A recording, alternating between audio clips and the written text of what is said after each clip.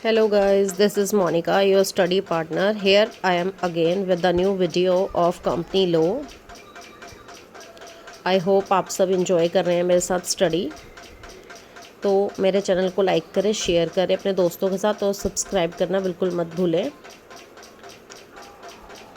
चलो let's start. Today's topic is formation, promotion and incorporation of a company. So let's start with introduction. पहले मैंने कल एक video बनाई थी। आप सब में से किसी ने भी मैंने एक मल्टीपल MCQ पूछा था, मल्टीपल चॉइस क्वेश्चन, किसी ने उसका आंसर नहीं दिया। सो उस वीडियो पे जाके उसका आंसर दें ताकि मैं बता सकूं कि आपने सही आंसर दिया है या गलत आंसर दिया है। चलो let's start. A company is an artificial person created by law. The saying implies that a company is created by the provisions of law. Being an artificial person, the birth of a company is not a free and natural process. जो company है वो कोई natural person नहीं है। जो company है वो एक आर्टिफिशियल पर्सन है, created by law. It means created by provisions of law. Being an artificial person, the birth of a company is not a free and natural process.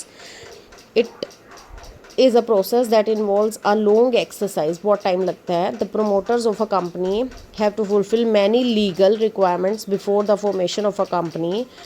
Formation here means giving the company an entity and making it functional in the field of business and commerce. जो company के promoters होते हैं, जो company बनाते हैं, उन्हें बहुत सारी लीगल फॉर्मेलिटीज़ कंप्लीट करनी पड़ती हैं कंपनी को बनाने से पहले. फॉर्मेशन का मतलब है कि कंपनी को एक एंटिटी, एक एग्जिस्टेंस देना, अस्तित्व में लेके आना ताकि वो फंक्शन कर सके, अपना काम कर सके in the field of business and commerce. I hope आपको समझ आ रहा होगा. The formation of company is step by step process involving various stages. These stages involve a change from one step to the next, from the conception of the company to the possibility of its doing business and the kind of business it will do, and finally to the commencement of the company when it become operative. तो formation क्या होता है? एक step by step process है जिसमें बहुत सारे stages हैं. The stages involve one step to next, from the conception of the company to the possibility of its doing business and the kind of business it will do, and finally to the commencement of the company when it becomes operative. formation कब होता है? एक step से दूसरे step पे जाते हैं. Concept हमारे दिमाग में आया कि हमने कंपनी बनानी है, उससे सारी पॉसिबिलिटीज़ को करके बिज़नेस स्टार्ट करना और कमेंसमेंट ऑफ द कंपनी को शुरू करना जब वो ऑपरेटिव होती है, इसे फॉर्मेशन बोलते हैं. Basically there are 4 stages of formation of the company. 4 stage है फॉर्मेशन की. First, promotion of a company. सबसे पहले promotion of the company. Second है इनकॉर्पोरेशन और registration of the company. Third one it's capital structure subscription. Third one is its capital subscription. Fourth one is commencement of business. All these 4 stages are the part of the process of formation of the company and all are essential in the formation of a public company, whereas for a private company ये चारों parts, चाहे कोई public company है या private company है, सबके लिए essential है. Only the first 2 stages are necessary because a private company can commence its business as soon as it receives the certificate of incorporation. A public company on the other hand has to collect its capital from the public and need to have a certificate of commencement of business before it can do so. Private company के लिए ऊपर वाले 2 necessary हैं, promotion of the company और incorporation of registration of company. जबकि public company के लिए चारों नेसेसरी हैं, क्योंकि पब्लिक कंपनी को कैपिटल भी बाहर से कलेक्ट करनी पड़ती है पब्लिक से, और जब तक उसे कमेंसमेंट का सर्टिफिकेट नहीं मिल जाता तब तक वो बिज़नेस स्टार्ट नहीं कर सकती. On the other hand private company incorporation certificate के बाद बिज़नेस स्टार्ट कर सकती है. Next is promotion of a company, its meaning and definition. Promotion is the first stage of the company in the formation of the company. It implies the beginning of the company. Promotion को हम ये भी कह सकते हैं कि first stage है और बिगनिंग है. Before a company is formed, some persons get together and conceive a idea of doing business. Company कैसे फॉर्म होती है? मतलब ऐसे तो नहीं है कि अपने आप रातों रात कंपनी बन जाएगी. क्या होता है कि कुछ लोग इकट्ठा होते हैं, उनके दिमाग में एक आइडिया आता है कि हमें कंपनी हमें कोई बिज़नेस करना है, और इस कंसेप्ट से कंपनी बोर्न होती है इन देयर माइंड। तब वो सोचते हैं कि हमें कंपनी बनानी है, and then they investigate the potential and make a plan. तब वो कहते हैं कि हम कैसे प्लान बना सकते हैं, क्या हमारी पोटेंशियल है, ताकि हम इसे फर्दर नेक्स्ट लेवल पे लेके जाएं। They define their field of activity and plan how to get the required capital. फिर वो अपने इस पे वर्क करते हैं कि कैपिटल कहाँ से आएगी, how and where to procure the plant and equipment for the activity they have in mind and where to install it। अगर फैक्ट्री लगा रहे हैं कोई, प्लांट और मशीनरी कहाँ से प्रोक्यूर करेंगे, उसके बाद कहाँ पे उसे इंस्टॉल करेंगे, ये सब पार्ट है। ऐसा नहीं है कि बैठे बैठे दिमाग में आया और कंपनी ओपन होगी। सबसे पहले ये आया था कि लॉन्ग एक्सरसाइज है। They also deliberate on the legal aspects of the whole process so that they can bring the company into legal existence। These persons are the promoters and their activities constitute the promotion of the company। promoters कौन होते हैं? जैसे कोई लोग बैठे, उनके दिमाग में आइडिया आया कि हम ये बिज़नेस करना चाहते हैं, आइडिया फॉर्म हुआ, कंसीव हुआ उनके दिमाग में आइडिया, और उन्होंने बिज़नेस के लिए कंपनी को बनाने का उनके दिमाग में आया। फिर वो देखते हैं कि हम कंपनी कैसे बना सकते हैं, मतलब क्या क्या हमारी कैपिटल कहाँ से आएगी, हमारी प्लांट एंड मशीनरी कहाँ से आएगी, कहाँ पे इंस्टॉल करेंगे, कहाँ पे फैक्ट्री या ऑफिस होगा। तो ये जो सारी होल प्रोसेस है, इसको करते हैं जो कंपनी को लीगल एग्जिस्टेंस में लाते हैं, उन पर्सनस को प्रमोटर्स कहते हैं। और इस सारी एक्टिविटीज़ को प्रमोशंस बोला जाता है। प्रमोशन यानी कि first stage of the company और to form a company is promotion of a company. अब है डेफिनेशन ऑफ प्रमोशन। अगर आप पेपर में किसी की भी एक भी डेफिनेशन लिख के आ जाते हैं, चाहे LH हैने की लिख दी, हेनरी की लिख दी, CW की लिख दी, कुछ भी तीनों में से कोई भी लिख के आते हैं, तो वो मार्क्स सिक्योरिंग होती है। मैं आपको बार बार कहती हूँ कि मार्क्स सिक्योर करने के लिए मैं बीच बीच में आपको कुछ टिप्स देती रहती हूँ, आप ज़रूर फॉलो कीजिए। Promotion has been defined differently by different authorities on the subject. Some definitions are promotion may be defined as the discovery of business opportunities and the subsequent organization of funds, property and managerial ability into a business concern for the purpose of making profit therefrom। promotions क्या है? एक discovery of business opportunity है कि discover करते हैं कि हम ऐसे ऐसे business start कर सकते हैं, funds इकट्ठा करते हैं, property managerial ability किसके लिए? सिर्फ profit making के लिए। ये किसकी है? CW जस्टिनबर्ग की। Next one is promotion is the process of creating a specific business enterprise. The aggregate of activities contributed bye all those who participate in the building of the business constitutes promotion. As per Henry E. Hoagland, promotion is the process of creating specific business and the aggregate of activities contributed by all those who participate in the building of business constitutes promotion। Next is by LH Haney. Promotion may be defined as the process of organizing, planning and the finance of a business enterprises under the corporate। In other words, promotion implies the discovery of a business idea। क्या है promotion? एक discovery है business idea की, search for the means to implement the idea। उसके बाद उस idea को implement करते हैं, arranging the capital arrange करते हैं, funds arrange करते हैं, and required infrastructure and meeting the requirements of law to transform the business into a business concern। और उसके बाद by law हम इसको बिजनेस कंसर्न में कन्वर्ट कर लेते हैं। नेक्स्ट है stages of promotion. The main stages of promotions are, सबसे पहले डिस्कवरी ऑफ आइडिया। जब तक आइडिया ही नहीं आएगा, सबसे पहले आइडिया आएगा दिमाग में, तभी प्रमोशन होगा। Promotion starts with an idea in the mind of a person and persons that particular activity is practicable and profitable. एक आइडिया आया कि अगर हम ये करेंगे तो हमारे लिए प्रॉफिटेबल होगी। It can be the concept of service to society और it can be the industry और business with the aim of making a profit.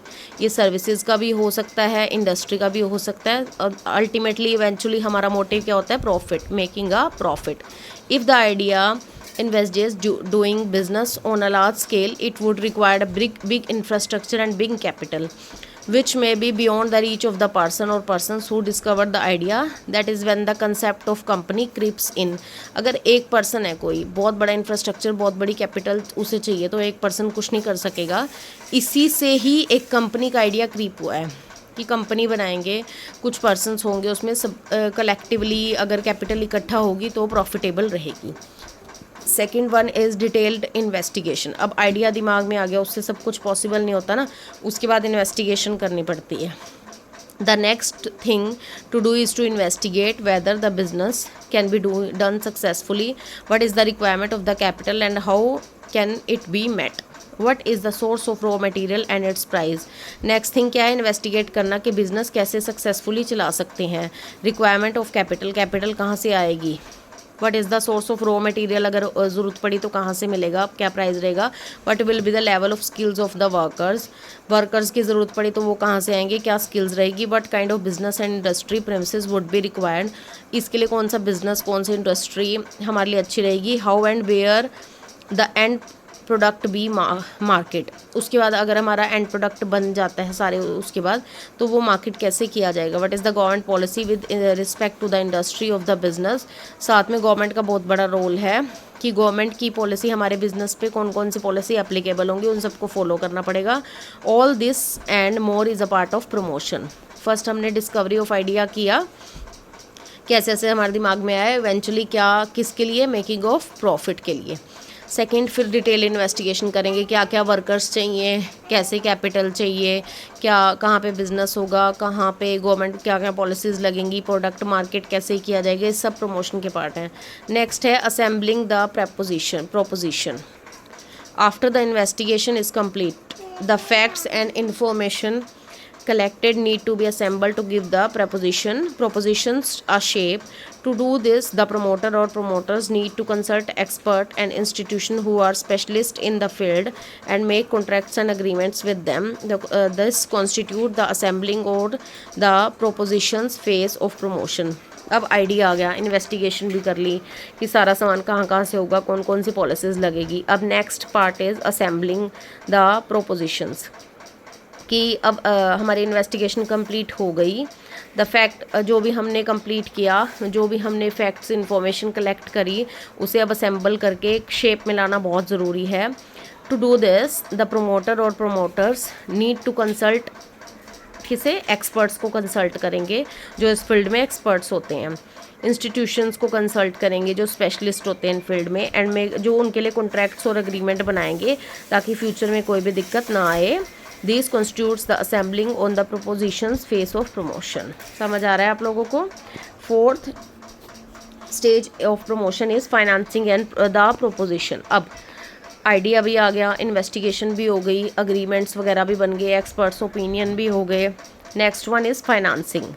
After investigating all the basics and make arrangements for their procurement, the next step is to arrange the finance required for the entire operation। आने वाले बस the finance required. अब main बात यहाँ पे आके आ जाती है फाइनेंस हमारे। अब डिस्कवरी ऑफ आइडिया का कोई फ़ायदा नहीं, इन्वेस्टिगेशन का कोई फ़ायदा नहीं, एक्सपर्ट्स ओपिनियन का कोई फ़ायदा नहीं अगर हमारे पास फाइनेंस नहीं है।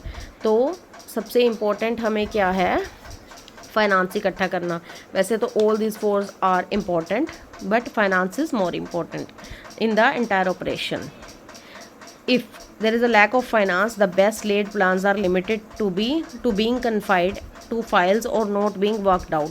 जब पैसा ही नहीं होगा तो ये सारा काम नहीं होगा। Don and Bradstreet found after their research that many companies are unsuccessful because of lack of working capital।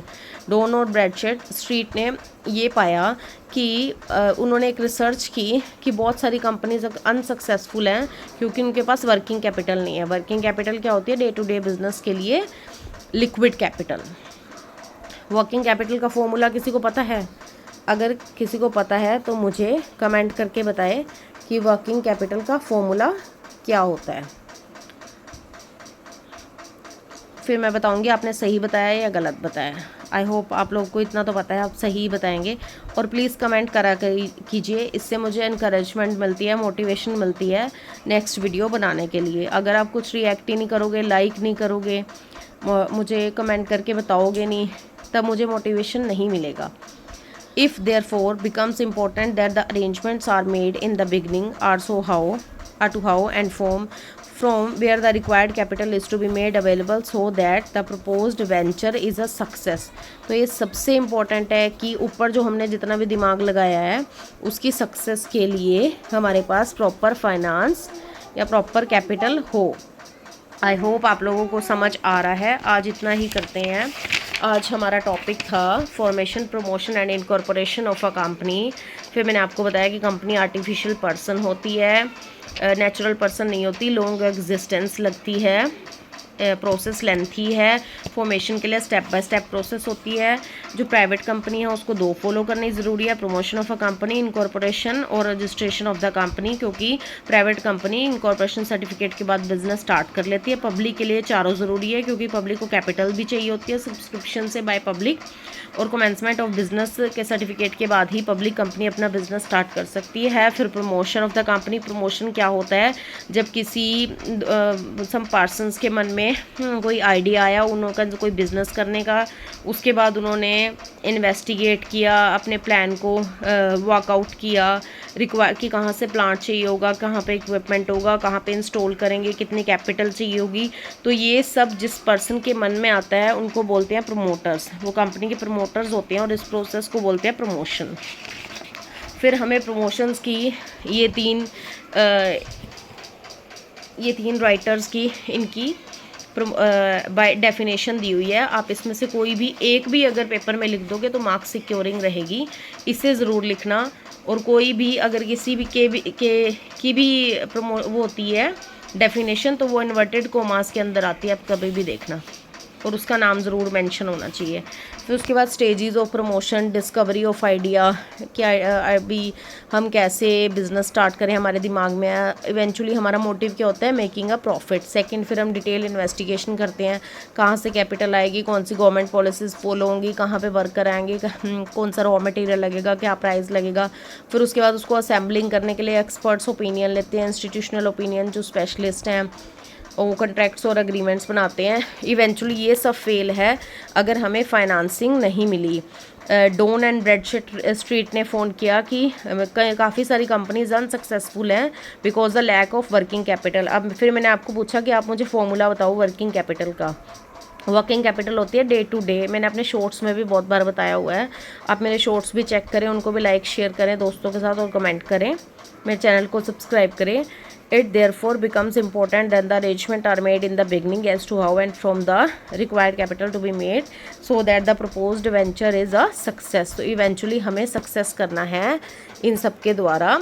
तो अगर आपको मेरा पढ़ाया हुआ समझ आ रहा है तो मेरे चैनल को लाइक करें, अपने दोस्तों के साथ शेयर करें और सब्सक्राइब करना मत भूलिए। Thank you very much.